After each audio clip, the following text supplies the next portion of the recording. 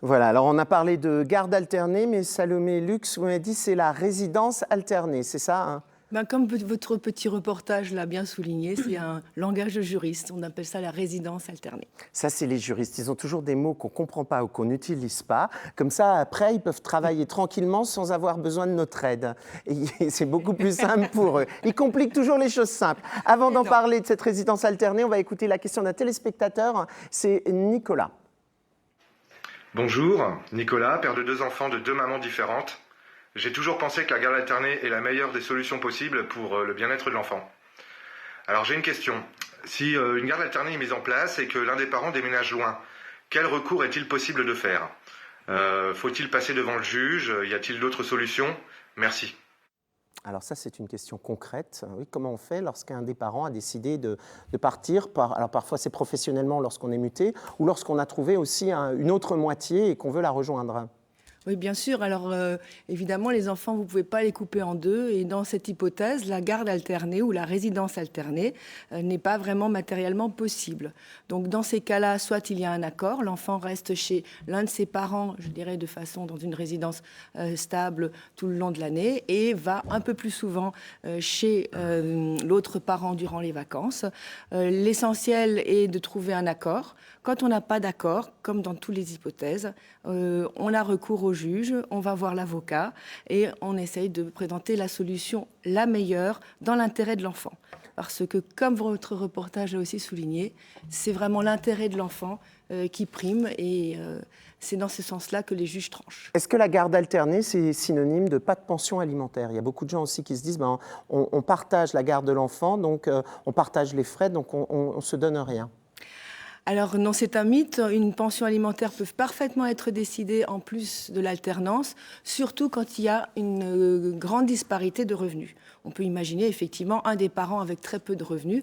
Donc pour maintenir aussi, je dirais, le même confort pour l'enfant, le juge peut mettre en place, ou d'un commun accord, on peut mettre en place une pension alimentaire en même temps que la résidence alternée. Est-ce que les parents peuvent mettre en place une garde alternée, une résidence alternée ultérieurement, sans prévenir le juge? Est-ce qu'on est toujours obligé d'aller voir le juge lorsqu'on décide de s'accorder?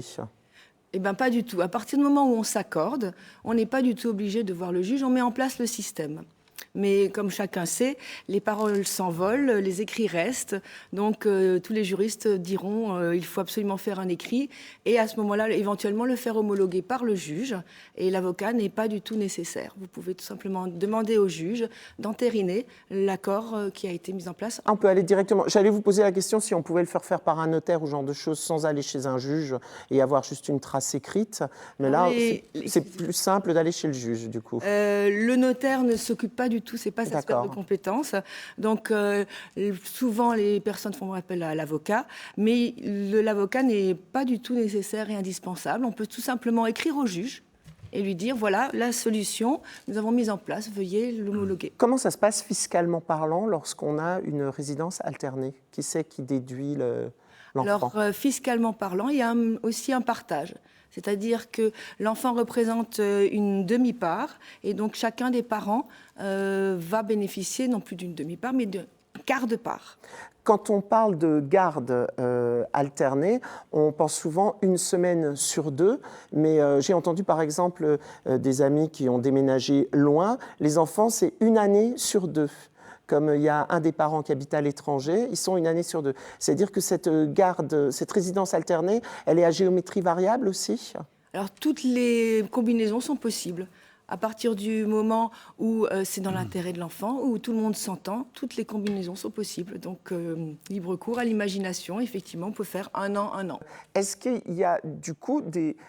Parce que moi, j'entends de plus en plus les gens, lorsqu'ils se séparent, ça arrive aussi un peu autour de nous, dire « j'espère que j'aurai la même semaine que ma copine ou que mon copain un tel pour qu'on puisse sortir 1 semaine sur 2 et avoir les enfants ». Est-ce que du coup, devant le juge, on a des demandes un peu bizarres? Ou lorsqu'on a déjà des enfants d'un premier mariage, c'est aussi parfois compliqué de tous les avoir en même temps? Alors, il ne faut pas toujours faire appel à la justice, surtout quand on s'entend. On peut trouver des solutions simplement en discutant et en modifiant ce qui a été mis en place par le juge. Il faut savoir quand même que la plupart des décisions disent voilà, la résidence ou la garde est fixée selon accord des parents et à défaut d'accord, on met en place le système rigide. Donc c'est très facile d'appeler le père si on s'entend bien ou la mère en disant est-ce qu'on change de semaine et tout. Pas Et comment ça se passe lorsqu'on n'est pas marié? Parce que ça aussi, de plus en plus d'enfants naissent hors mariage. On passe aussi devant le juge, c'est les mêmes cheminements, comment ça se passe? C'est la même chose, c'est le même schéma, c'est les mêmes textes. C'est-à-dire que si on ne s'entend pas, eh bien, il faut passer devant le juge. Si on s'entend, on se met d'accord et puis on fait entériner par le juge. C'est exactement la même problématique.